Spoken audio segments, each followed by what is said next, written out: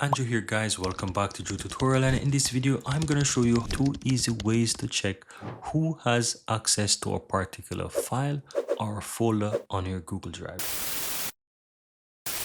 So I'm on Google Drive here guys, and I have a bunch of folders here. I'm going to select, for example, this one here, and let's say I want to see who has access. There are two ways to go about doing that.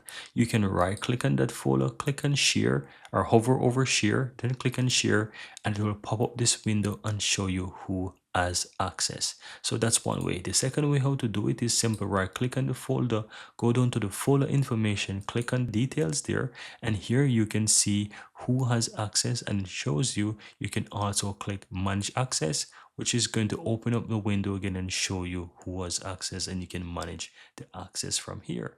And that's it. Very easy and very simple, guys. Here you have it, guys. I really hope you found value within this video, and if you do, don't forget to take a moment to give this video a like and hit that subscribe button so that you'll never miss out when I release future videos just like this one. Thank you guys for watching, and see you next time.